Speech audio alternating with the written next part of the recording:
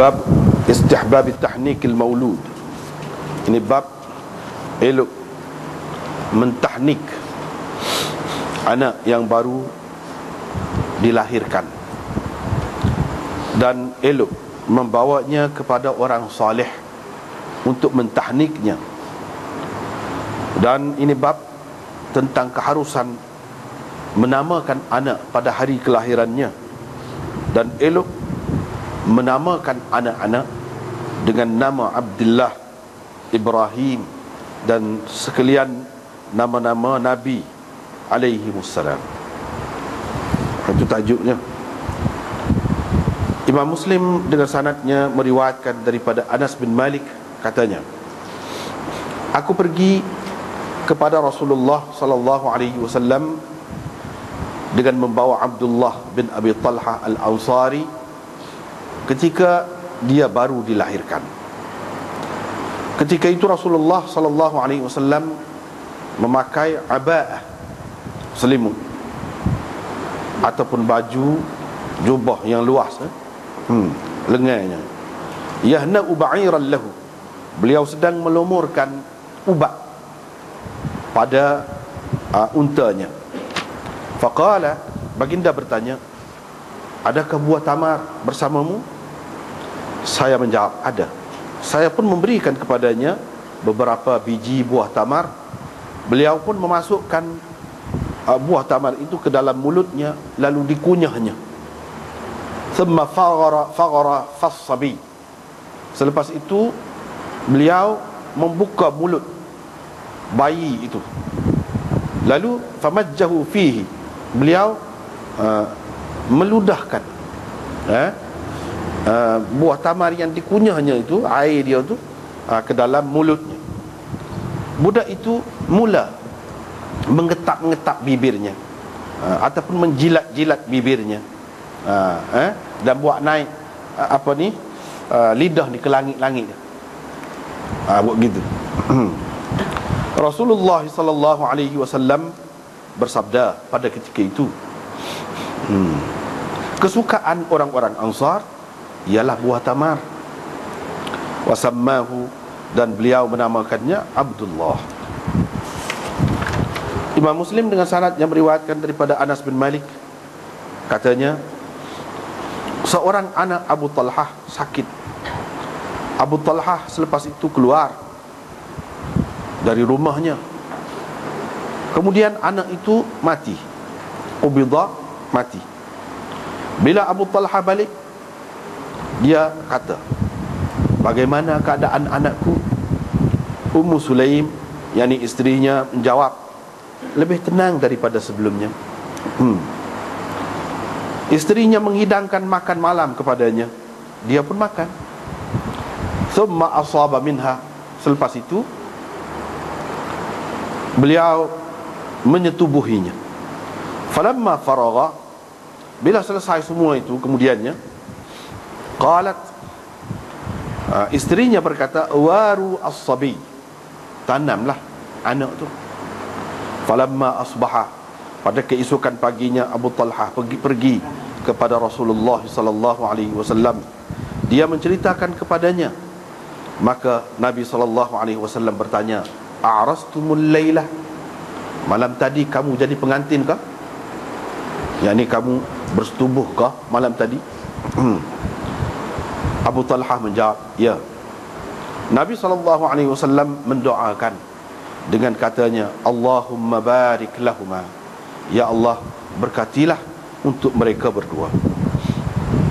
Kemudian isterinya melahirkan seorang anak lelaki. Abu Talhah pun berkata kepadaku, bawa dia pergi kepada Nabi SAW. Anas membawa dia pergi kepada Nabi SAW, dan maknya mengirim bersamanya beberapa biji buah tamar. Nabi SAW pun ambil budak itu. Lalu beliau bertanya, adakah apa-apa bersamanya? Mereka kata, ada beberapa biji buah tamar. Nabi SAW mengambil buah tamar itu, lalu dikunyahnya. Kemudian mengambilnya dari mulutnya, lepas kunyah dia ambil. dan dimasukkan ke dalam mulut budak itu, bayi itu. Thumma hannakahu, kemudian mentahnikkannya, yakni melumur-lumurkan bekas tadi ke langit-langit budak, dan beliau menamakannya Abdullah. Dengan sanad satu lagi juga daripada Anas tentang kisah tadi, sama seperti hadis Yazid sebelum ini dari segi maknanya, walaupun dari segi lafaznya tidak sama, setengah-setengah tempat tu. Dengan sanadnya Imam Muslim meriwayatkan daripada Abi Musa, katanya, saya telah mendapat anak lelaki, saya pun membawanya pergi kepada Nabi SAW. Baginda menamakannya Ibrahim, dan beliau mentahniknya dengan buah tamar. Tahnik itu, yang ni setelah dikunyah buah tamar, ambil air dia tu, hak sudah dikunyah tu, apa ni, itu di langit-langit.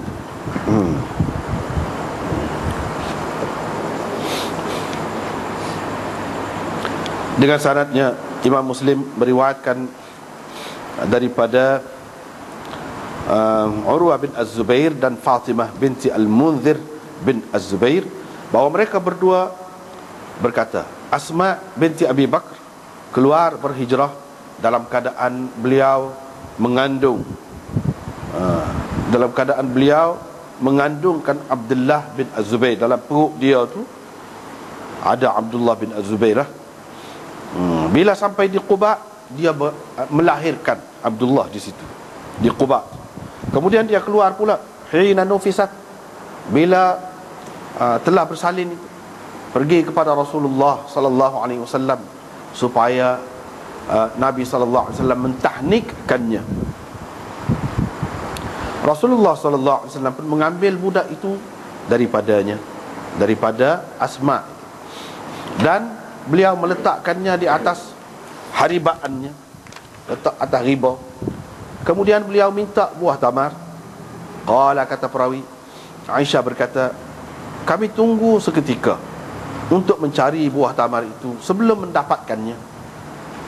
Kemudiannya Nabi SAW mengunyah buah tamar itu, kemudian diludahnya ke dalam mulut budak tadi. Sesungguhnya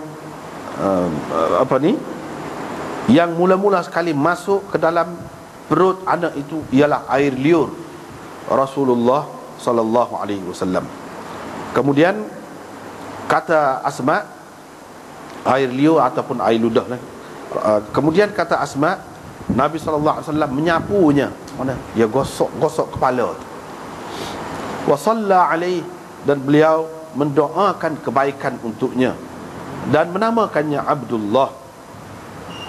Kemudian lama selepas tu, setelah dia, ketika dia berumur 7 tahun ataupun 8 tahun, Abdullah tu datang pula kepada Nabi sallallahu alaihi, kepada Rasulullah sallallahu alaihi wasallam untuk berbai'ah dengan beliau.